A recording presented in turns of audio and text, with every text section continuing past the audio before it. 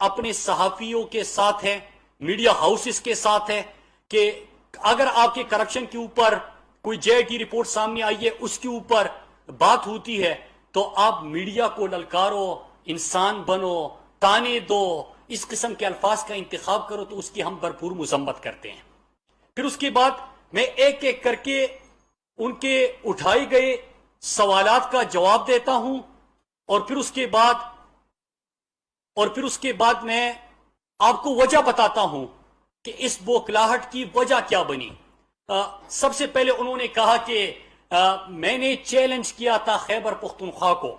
آپ کو یاد ہوگا کہ جس دن